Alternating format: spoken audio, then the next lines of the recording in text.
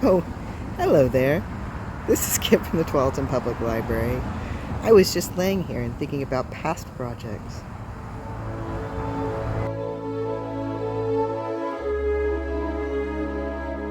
Past projects. Wasn't that so much fun? That unicorn was super cute, too. Unfortunately, it didn't really look like plastic to me and kind of crumbled after a while. So I have a new idea. We're going to make plastic out of gelatin.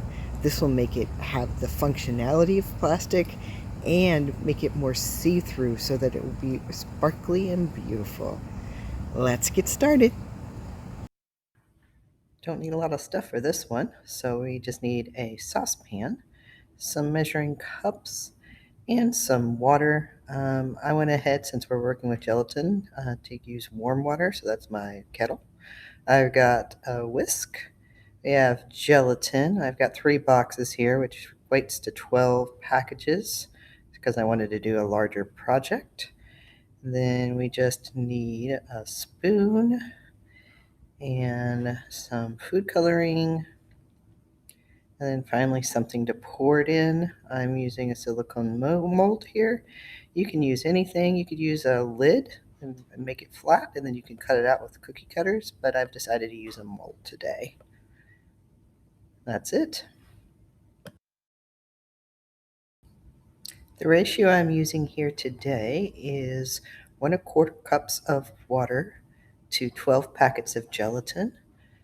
And you just go ahead and pour it in a saucepan first. I got my cup and then my quarter. And then we'll put the gelatin in there too. You want to do this before you hit the heat just because it actually will heat fairly quickly, because that's not a heck of a lot of water to gelatin ratio since we're wanting to create a solid. And so we get the 4 packets at a time. And we probably should have mixed at this point, because I do end up with a lot of lumps, but it works out okay. So we turn on the heat to about a medium or medium high, depending on how hot your particular stove goes to. And then we whisk. And you whisk and you whisk and you whisk and you whisk. And you'll notice that I get tired after a while and switch to my left hand. And you can see me fighting with all of those little lumps in there. But eventually, after all of this whisking, it does start to thicken up a bit, and most of the lumps do disintegrate.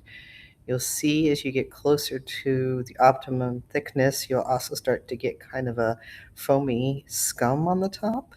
That's the first indication that it's ready. The second is that it gets thicker. And the third, as you will see, is you actually, once you get to a point, can see steam coming out of it. At that point, just take it right off the heat. And now we're left with that pot, and you see the scum on the top. Now you can leave that in, but it means that your plastic is not going to be completely clear. So if you can take the time to skim off as much of that as you can, it will make for a prettier piece later, unless you do want your plastic to look a little more cloudy. Um, but otherwise, do not skimp on this step. It really does make a difference. So now I just go ahead and I pour it into my mold. You can use a spoon if you're a little more careful than I am. I am not. You'll notice that I made plenty, so I did a mold and I did 2 different containers. The thicker you can pour this, the better off you are, because it dries, it will curl. Then I just added drops of food coloring to everything, at which point you can either just let those drops disseminate as you would and see what it does, or you can mix them together to make a more uniform color throughout the piece. I dotted in some and others not. Now, here's our finished unicorn pieces. So you can see it took to the molding really well. Oops, lost the camera. Where's the camera? Ah, there we go. Anyway, here's the unicorn. Looks pretty good. You can see on the back where it's dried a little bit more. You can sand those off once you get it completely dry. At this point, they are not dry. They're a little squishy, which is good because it means for the larger pieces, I can use my cookie cutter to cut out shapes or even drill holes into it while it's still soft so that you can string it on string, which is what I eventually did. You'll see. Look, it's a little squishy, but after about 3 or 4 days more, it will be completely dry and shiny like the back here. And here is my finished project.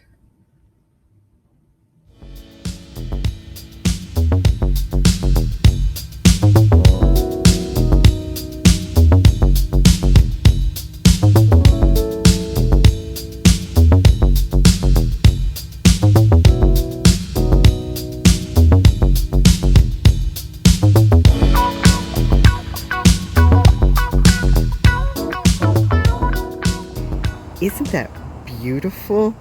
I can't believe that we've got that out of gelatin of all things. And it functions like plastic, won't crumble. It is clearly the winner. Get it? Clearly? Okay. Not the best of jokes. Anyway, I hope you have a great rest of your week. This is Kit from the Tualatin Public Library, signing off.